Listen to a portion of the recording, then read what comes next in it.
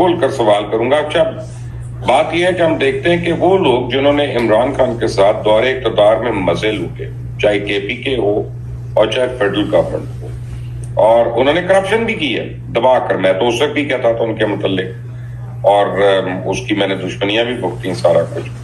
لیکن وہ لوگ ایک ایک فون کال کے اوپر پارٹی کو اور سیاست کو ایسے چھوڑتے گئے جیسے کوئی ایڈز کی بیماری ہے. اور جو نئے لوگ ہیں, نوجوان ہیں, بچیاں ہیں, میں تو بچیاں ہی کہوں گا, میری عمر کے مطابق تو بیٹیاں ہیں, وہ انہوں نے ایسے ایسے مارے کھائیں, ایسے ایسے ڈٹ گئے کہ ہم بھی سوچنے پہ مجبور ہو گئے جو مخالفت کر رہے ہیں کہ نہیں یار یہ ممی ڈیڈی پارٹی نہیں ہے, یہ جینون, یہ بلیو کرتے ہیں اس بات میں, چاہے غلط بلیف ہے چاہے صحیح بلیف ہے, لیکن بلیو کرتے ہیں. تو جو اصل تحریک انصاف ہے جس نے پاور انجوائے کی, وہ تو کہیں گم ہو گئی نا شیر افضل. میرا خیال یہ ہے کہ وقت اور حالات جو ہیں وہ انسانوں کی صحیح شبیہ جو ہیں وہ عوام کے سامنے بھی لاتا ہے, دوستوں کے سامنے بھی لاتا ہے, اور ان کے سامنے بھی لاتا ہے جو ان کے محسن ہوتے ہیں, جن کو خان صاحب یا پی ٹی آئی اپنے لیڈر یا قیادت سمجھتی تھی. میں چونکہ پی ڈی ایم کی حکومت میں آنے کے بعد سے مئی 2022 میں ہی خان کی ٹیم کا حصہ بن چکا تھا, تو میں نے بڑے قریب سے دیکھا ان کو یک کے بعد دیگرے گرتے ہوئے, ہمارا ساتھ چھوڑتے ہوئے. ان کے پیچھے محرکات, وجوہات ہر ایک کا علم ہے. اور میں آپ کو بتا دوں, جب 9 مئی ہوا تو 11 تاریخ کو خان صاحب جو ہیں وہ اس کی رہائی کا آرڈر ہوا, اور 13, 14, 15, 16 یہ ہر رات خان صاحب جو ہیں اس کو یہ فکر لگی رہتی تھی کہ آج کون ٹوٹ رہا ہے. اور آپ یقین کریں کہ بڑا دکھ ہو رہا تھا ان کو اپنے سابقہ ساتھیوں کے جانے کا ابتدا میں, اور ہمیں بڑی خفت اور خفگی ہوتی تھی جب ہم خان صاحب کو بتایا کرتے تھے کہ آج ابھی فلاں چلا گیا ہے اور فلاں چلا گیا ہے. تو 3-4 لوگوں کے حوالے سے انہوں نے کہا یہ وہ لوگ تھے جو 12, 13 اور 14 مئی کو گئے, اور یہ مثال کے طور پہ اسد عمر بھی تھے اس میں, مثال کے طور پہ اس میں فواد چودھری بھی تھے, پرویز خٹک بھی تھے, محمود خان بھی تھے. تو خان صاحب کی توقع ان سے بالکل نہیں تھی. ان کا خیال تھا کہ شاید زمین جنبد نہ جنبد گل محمد نہ جنبد, کہ یہ نہیں ہلیں گے. تو جب یہ لوگ چلے گئے اور 18 مئی کے بعد خان کا رویہ میں نے دیکھا, تو ان 6 دنوں میں خان صاحب نہ کہ صرف اس کو ہضم کر گئے تھے, بلکہ خان صاحب کے رویے میں یہ تبدیلی پیدا ہو گئی کہ انہوں نے کہا کہ اچھا ہیں اور بھی جائیں گے, اور تطہیر ہیں جو ہو رہی ہیں.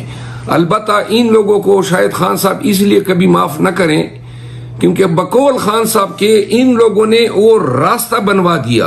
اگر یہ ابتدا میں ڈٹ جاتے اور انکار کر دیتے تو شاید ہماری قیادت جو ہے وہ اس بری طرح نہ ٹوٹتی. کیسے انکار کرتے ہیں شیر افضل؟ کچھ کا تو مجھے پتا ہے, آپ چاہتے ہیں تو میں نام لے دیتا ہوں آپ کے. ان کے لڑکیوں کے ساتھ ہوٹلوں کے اندر نازیبا ان کی ویڈیوز تھیں, کچھ کے پیسے کھاتے ہوئے اور رشوتیں لینے کے پروف تھے, ایویڈنس تھے. انہوں نے تو 1 سیکنڈ میں جانا تھا. بالکل آپ کی بات صحیح ہے. میں تصدیق کرتا ہوں کہ جو ہم سے گئے ان میں سے بیشتر جو تھے ان پہ ان کے حوالے سے شہادتیں تھی ویڈیوز کی, ان کو بلیک میل کیا گیا اور وہ ڈے گئے. تیار تھے ہونے کو, کوئی کرتا نہیں ہے, خود تیار تھے.